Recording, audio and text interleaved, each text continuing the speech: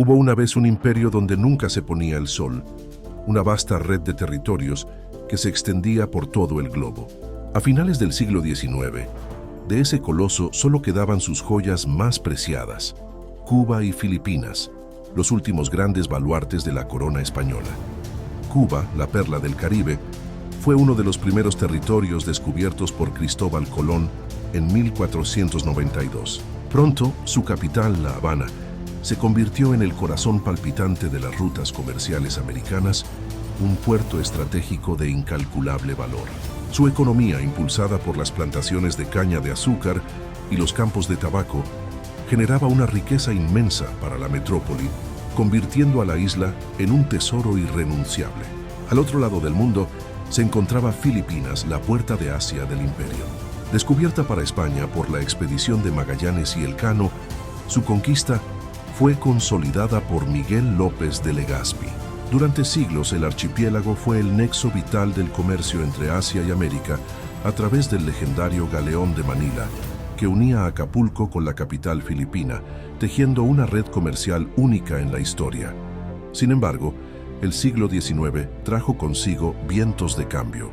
Las ideas de la Ilustración y las revoluciones liberales encendieron la llama de la independencia en toda Hispanoamérica. El imperio se desmoronaba, y aunque Cuba y Filipinas permanecían leales, el descontento crecía. Los anhelos de autonomía y las primeras revueltas independentistas empezaban a agrietar los cimientos de la autoridad española. El horizonte se oscurecía para el viejo imperio. Mientras España luchaba por mantener el control, una nueva potencia emergente, Estados Unidos, comenzaba a proyectar su sombra sobre el Caribe y el Pacífico. El escenario estaba listo para un enfrentamiento que cambiaría el destino de estas colonias y sellaría el fin de una era. Pero esa es otra historia. A finales del siglo XIX, la aparente calma en el Imperio Español era solo la antesala de una tormenta que cambiaría el mapa mundial para siempre. Mientras la metrópoli se aferraba a sus últimas posesiones, las semillas de la rebelión, regadas durante décadas de descontento, comenzaban a germinar tanto en el Caribe como en el Pacífico, preparando el escenario para la irrupción de un nuevo poder global. La mecha se encendió en Cuba con la Guerra de los 10 años, un conflicto brutal que estalló en 1868. El descontento económico, la exclusión política y la aspiración de libertad impulsaron a figuras como Carlos Manuel de Céspedes y Máximo Gómez a tomar las armas. A pesar de 10 años de lucha y el heroísmo de líderes como Antonio Maceo, la guerra concluyó con el Pacto de Sanjón, que ofrecía una paz amarga con promesas de reforma y una lenta abolición de la esclavitud que no satisfacían las ansias de independencia. Al otro lado del mundo, en Filipinas, el nacionalismo despertaba de una forma más intelectual. José Rizal, a través del movimiento Propaganda, no buscaba la secesión, sino la igualdad de derechos y la representación en las Cortes. Sin embargo, su arresto y la disolución de su Liga Filipina demostraron que la vía pacífica estaba cerrada, lo que radicalizó el movimiento y llevó a la creación de la Sociedad Secreta del Katipunan, que abogaba por la insurrección armada. Mientras tanto, Estados Unidos observaba con creciente interés. Sus inversiones en el azúcar cubano eran enormes y la isla era estratégicamente vital. Amparados en la doctrina Monroe, veían cualquier inestabilidad en el continente como una amenaza a sus intereses y una oportunidad para expandir su influencia, no solo en América Latina, sino también hacia el Pacífico, donde Filipinas empezaba a figurar en sus mapas. Así, la creciente inestabilidad en Cuba y Filipinas, sumada a las ambiciones expansionistas de Washington, crearon un cóctel explosivo.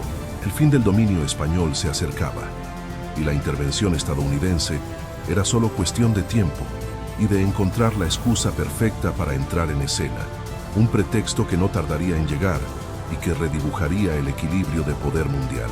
En el capítulo anterior, vimos cómo las tensiones entre España y sus colonias de ultramar llegaban a un punto de no retorno, con un creciente sentimiento nacionalista que amenazaba los últimos vestigios de un imperio en decadencia. Ahora seremos testigos del conflicto que sellaría su destino. La chispa que encendió la pólvora saltó en Cuba donde la brutal política de reconcentración española para sofocar la rebelión atrajo la atención de una nueva potencia expansionista, Estados Unidos.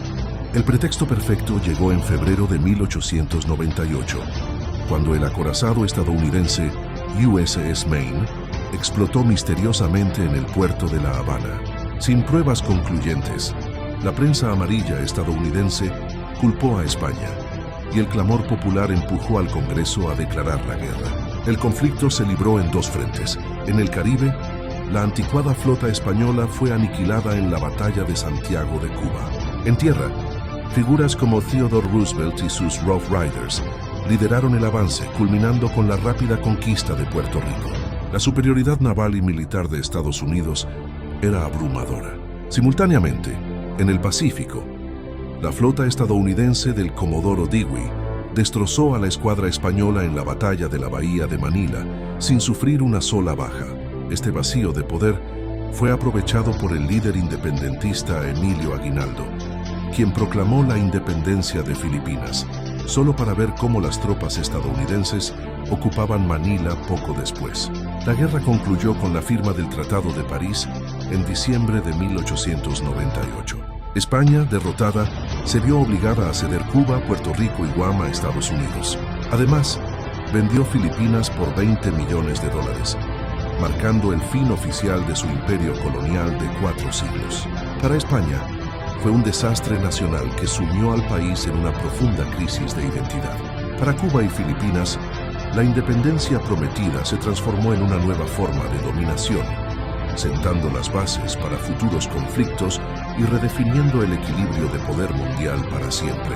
En el próximo episodio, analizaremos las profundas repercusiones culturales y políticas del desastre del 98 en España y el surgimiento de una nueva era marcada por el imperialismo estadounidense. No se lo pierdan. Tras la firma del Tratado de París en 1898, España cedió sus últimas grandes colonias, marcando el fin de un imperio. Pero para Cuba y Filipinas, este no fue el comienzo de una independencia total, sino el inicio de un nuevo capítulo bajo la influencia de una potencia emergente, Estados Unidos. Inmediatamente después de la guerra, Cuba quedó bajo ocupación militar estadounidense hasta 1902.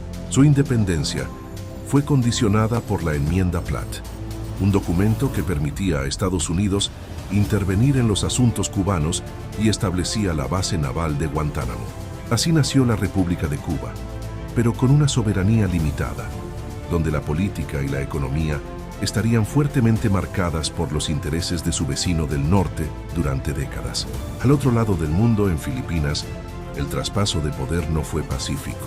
La proclamada Primera República Filipina se enfrentó a su nuevo colonizador en la sangrienta guerra filipino-estadounidense. Washington implementó una política de asimilación benevolente, buscando americanizar las islas a través de la educación y la imposición de un gobierno civil. A pesar de la dura resistencia, los filipinos se vieron forzados a una larga y ardua lucha por su autodeterminación. Aunque ambos países compartieron un destino post-español bajo el dominio estadounidense, sus caminos divergieron. Cuba obtuvo una independencia nominal rápidamente, aunque tutelada, mientras que Filipinas soportó un periodo colonial más largo y directo. Estas diferencias en el proceso de descolonización definieron sus trayectorias nacionales de maneras muy distintas. Estos años de intervención forjaron de manera indeleble las identidades nacionales de Cuba y Filipinas. Las complejas relaciones que hoy mantienen con Estados Unidos, marcadas por la dependencia, el conflicto y la herencia cultural, tienen sus raíces en este crucial periodo de transición. La sombra del águila americana definió el amanecer de sus nuevas naciones.